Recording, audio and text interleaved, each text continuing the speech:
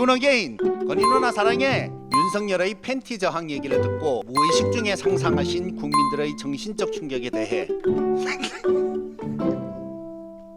옆에서 웃으시니까 방송사고가 가끔씩 방송사고가 있어요. 좋죠?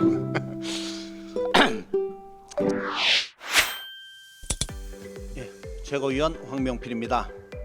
우선 윤석열의 팬티 저항 얘기를 듣고 무의식 중에 상상하신 국민들의 정신적 충격에 대해, 그리고 공무 수행을 위해 그 모습을 직접 보아야 했던 교도관들의 고통에 대해 위로의 말씀을 전합니다. 교정당국은 이 교도관들께 안과와 정신과 치료를 보장해야 할 것입니다. 명백히 업무상 재해입니다.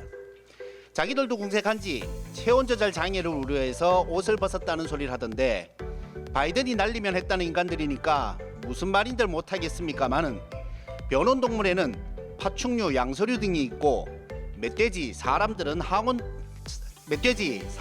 항온동물인데, 윤석열은 독사도, 개구리도, 멧돼지도 아닐 테고, 물론 사람인지도 확실치는 않습니다만, 특검이 물러나자 갑자기 체온 조절이 잘 되는 것을 보면 분명히 변온동물은 아니라서 집행에 문제는 없다고 생각됩니다. 윤석열은 이미 지난해 12월 3일 본회의장으로 가서 4인이 1명씩 들쳐업고 나오라고 한 바 있으니 그것을 그대로 본인에게 적용하면 될 것입니다. 다만 격렬히 반항하면 부상자가 발생할 수 있으니 특검은 이런 개체를 포획하는 것에 특화되어 있는 유해조수 처리반에게 협조를 구해 대상을 안전하게 끌어내야 합니다. 그런데 이 존재는 왜 갑자기 옷을 벗은 것인가? 지난 1월 3일 윤석열이 종종 조언을 구해온 극우 유튜버 고성국은 자신의 유튜버 채널에서 특검이 체포하러 오면 알몸으로 버티라고 한 바 있습니다. 이자는 국민 말은 더럽게도 안 들으면서 김건희와 극우 유튜버 말은 참 잘 듣습니다. 혁신을 주장하는 안철수는 변하지 않았습니다. 민주당에서 혁신전대를 그렇게나 부르더니 국힘에서 혁신전대를 하고 있으니 소원 성취한 셈입니다. 뭐가 안철수의 혁신인지는 아직 모르겠는데 본인도 모를 것이니 상관없겠죠. 조경태 의원도 나섰습니다. 그나마 문제의 본질을 직시하고 있긴 합니다. 이분은 원래 민주당 출신이죠. 그나마 민주당 출신인 안철수와 조경태 두 분이 계중 좀 나으니 역시 민주진영에서 인정 못 받은 사람도 국힘에 가면 제일 나은 사람이 되는 것 같습니다. 그런데 이런 사람들이 당대표 선거에서 이길 가능성은 낮아 보입니다. 왜 그런지 귀엽고 문학적이고 부드러운 제가 친절히 설명드리겠습니다. 옆에서 웃으시니까 방송사고가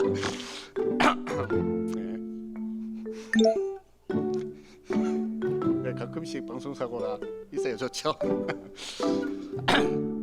지난주 뉴시스가 에이스 리서치에 의뢰한 여론조사에 따르면 친윤 반탄 후보 3명의 지지율을 합하면 약 64%가 됩니다. 그리고 작년 말 MBC가 코리아 리서치에 의뢰한 여론조사에 따르면 죄송합니다. 여기 작년 말부터 하겠습니다. 양쪽에서 보시니까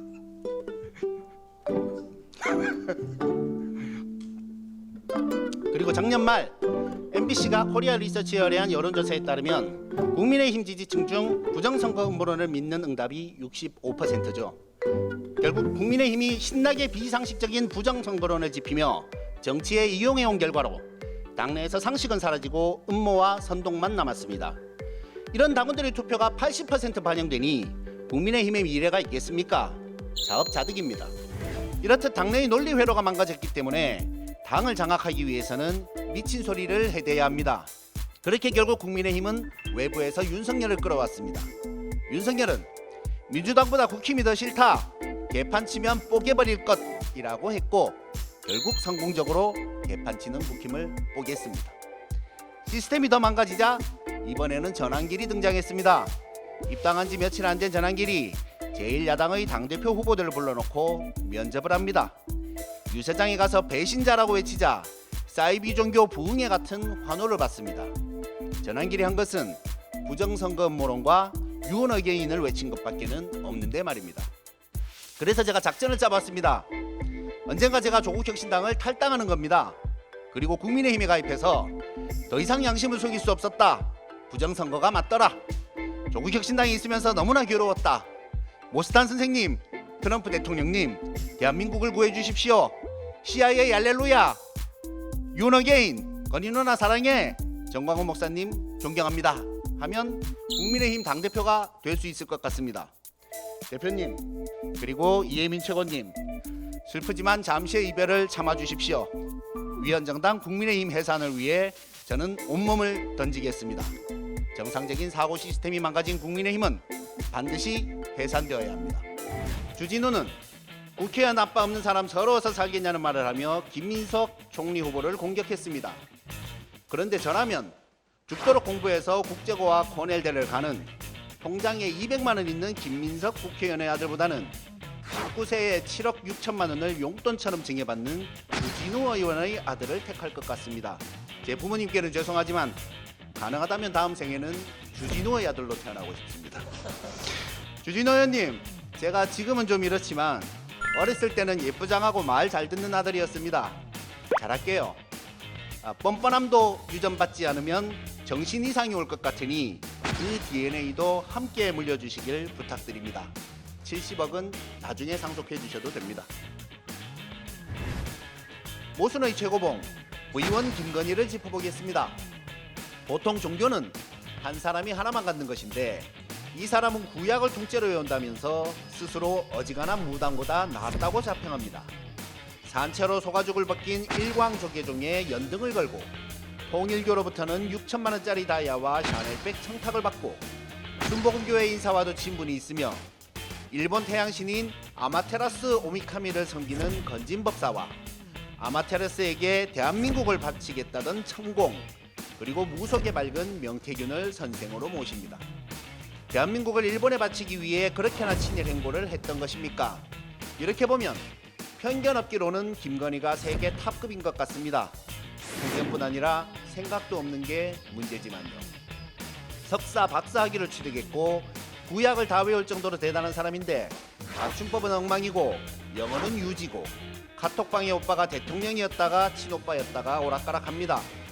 90년대에 주식으로 돈을 번 전문가라고 잡지 인터뷰를 했는데 30년 뒤엔 주가 조작이 뭔지를 모릅니다. 계좌를 도용당해 12시에 때려요 8만주 하고는 23억을 벌었는데 스토킹을 당했더니 초대받아 집에 온 스토커가 국가 기록물인 샤넬백을 두고 갔고 아버지 고향에 땅을 좀 사놨더니 우연히 고속도로가 휘어졌습니다. 편견 없고 생각 없고 모순적인 김건희를 빨리 남편이 있는 곳으로 보내야 합니다.